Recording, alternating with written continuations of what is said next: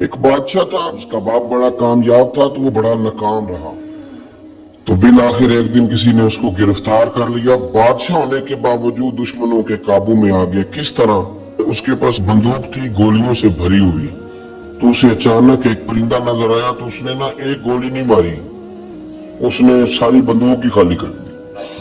اتنی گولیاں برسائیں، قریب وزیر تھا سمجھدار، اس نے روکا بھی، اس نے کہا بادشاہ سلامت آپ غلط کروں، چپ کر، تیری جیب سے خرچ کر رہا ہوں۔ گولیاں برسائیں تو وہ بندوق خالی ہو گئی، اب پرندہ بھی نہ مرا۔ جب واپس نکلے تو دشمنوں نے گھیر لیا، اسلحہ پاس کوئی نہیں تھا، گرفتار ہو گیا وزیر سمیت۔ تو کہا کہ وہ تم مجھے روک کیوں رہے تھے؟ تو اس نے کہا بادشاہ میری ضرورت تو نہیں، لیکن وہ جو آپ جس کو گولیاں مار رہے تھے وہ پرندہ نہیں تھا، پرندے کا سایہ تھا، آپ نے سائے پہ ہی ساری بندوق خالی کر دی، سوچا سمجھے نہیں، اتنی جلد بازی کی آپ نے کہ پرندہ بھی نہیں سایہ تھا، آپ نے گولیاں مار دی۔ اور حال یہ ہے کہ اب ہم گرفتار ہو گئے، تھوڑا اگر وقت گزارتے، توقف کرتے، تھوڑا ٹھہرتے، بڑی ساری چیزیں ٹھیک ہو جاتی۔ میرے رسول کریم صلی اللہ علیہ وسلم کی آپ کبھی چیزیں کھول کے دیکھیں، وہ عثمان بن طلحہ نے فتح مکہ کے موقع پہ کہا تھا میں آپ کو چابی نہیں دوں گا، تو حضور نے فرمایا تو نہ دے، ایک وقت آئے گا میں تجھ سے لے لوں گا۔ 10 سال گزر گئے، اللہ کے نبی تھے نا، سویرے بھی سارا کو ٹھیک ہو سکتا تھا، پر 10 سال بیت گئے، 10 سال کے بعد جب مکہ فتح ہوا تو پھر رسول کریم نے فرمایا پھر چابیوں کے بارے میں کیا خیال ہے؟ تو وقت تو دینا، آپ کو تو جلدی بڑی ہے، ہمارے نوجوانوں کو بڑی جلدی ہے۔ بچہ لے کے آتے ہیں، لوگ کہتے ہیں پیر صاحب اس کو درس نظامی پڑھانا ہے، اچھا جی ٹھیک ہے پڑھائیں، سال کتنے لگیں گے؟ 8، کہتے پورے 8؟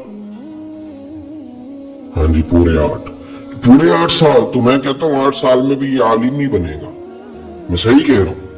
درس نظامی جب بچہ پڑھ لیتا ہے تو اسے علم پڑھنے کا طریقہ آتا ہے، پھر ساری زندگی مطالعہ کرنا ہے، پھر ساری زندگی ریسرچ کرنی ہے، پھر کتابیں پڑھنی ہے، پھر محقق بننا ہے، ورنہ آپ کی تعلیم مکمل ہوگی لیکن آپ کے لفظوں میں کچھ بھی نہیں ہوگا، اس کے لیے آپ کو پڑھنا ہے، ساری زندگی سیکھنا ہے۔ اور میرے نبی پاک علیہ السلام نے جو ہمیں کہا تھا نا کہ ماں کی گود سے لے کر قبر کی گور تک، حضور اتنا لمبا پیریڈ دے دیا آپ نے پڑھنے کا۔ ہمارے ہاں تو جو بندہ 6 مسئلے کول سن لیتا ہے مفتی اعظم ہو جاتا ہے، اگر 2-4 اردو کی کتابیں بھی وہ سیدھی پڑھ گیا تو پھر وہ کہتا ہے مولویوں کی پتا ہوئے، تو میں نے پتا ہے سارا، سیدھی پڑھنے لگ گیا نا، بدلا صحیح لائن پوری پڑھ لیتا ہے، تو اب کہتا ہے مولویوں چھوڑیں آپ، یہ جلد بازی ہے، اس سے آپ کی طبیعت تکلیف، زندگی میں ٹھہراؤ پیدا کرے، تھوڑا رکے۔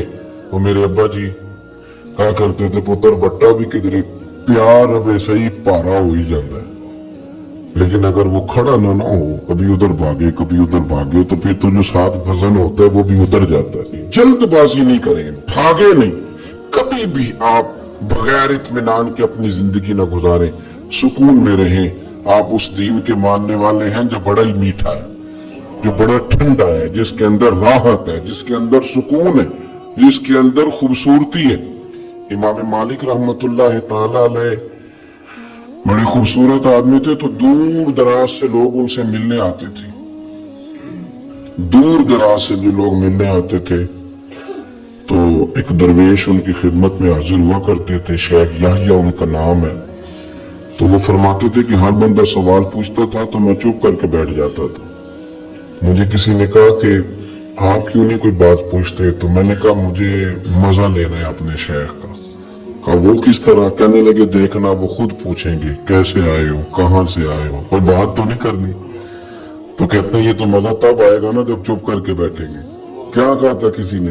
چپ کر سن تے موتی مل سن، تے ذکر کریں تے یہ پاگل ہیں، تو شور سے چیزیں جیتی جا سکتی، جتنی طلاقیں ہوتی ہیں جلد بازی کی وجہ سے ہوتی ہیں۔ اگر تھوڑا اطمینان ہو جائے، تھوڑا سوچیں، تھوڑا پرکھیں، آزمائش میں نہ پڑیں۔ قتل کیوں ہوتا ہے؟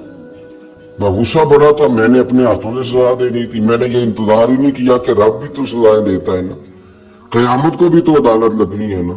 تو وہ جلد بازی، تلخی ہمارے مزاجوں کی، اس نے ہمیں بڑی ساری جگہوں پہ پریشان کیا ہے۔ اس لیے حضرت ابوبکر صدیق اپنی زبان پکڑ کے کہا کرتے تھے کہ تو نے مجھے بڑی تکلیف دی ہے، کاش تو ٹھیک ہو جائے تو میرے لیے آسانیاں ہو جائے۔ تو جلدی کرتی ہے بات کرنے میں، تو اذیت دیتی ہے تو میں بھی اذیت میں آ جاتا ہوں۔ مرتل القرآن ترتیلا، یارو ذرا ٹھہرو، ذرا رکو، ذرا سجدہ کرو تو ذرا خوش ہو کے کرو، درود شریف پڑھو تو پھر کیا ضرورت ہے تیزی سے صلی اللہ تعالی وسلم کہہ کے گزرنے کی، ذرا سکون سے پڑھو، سوچ کے پڑھو کہ کس کی بارگاہ میں سلام عرض کر رہے ہو، ذرا رک کے پڑھو، جب ذکر کرو تو ذرا اس کا ذائقہ لو، جب بات سنو تو اس کا لطف لو۔ جلد بازی آپ کو پریشان کرے گی، خراب کرے گی، چیزیں بگڑ جائیں گی۔ اللہ ہمیں اپنے محبوب کا صدقہ اطمینان قلبی عطا کرے۔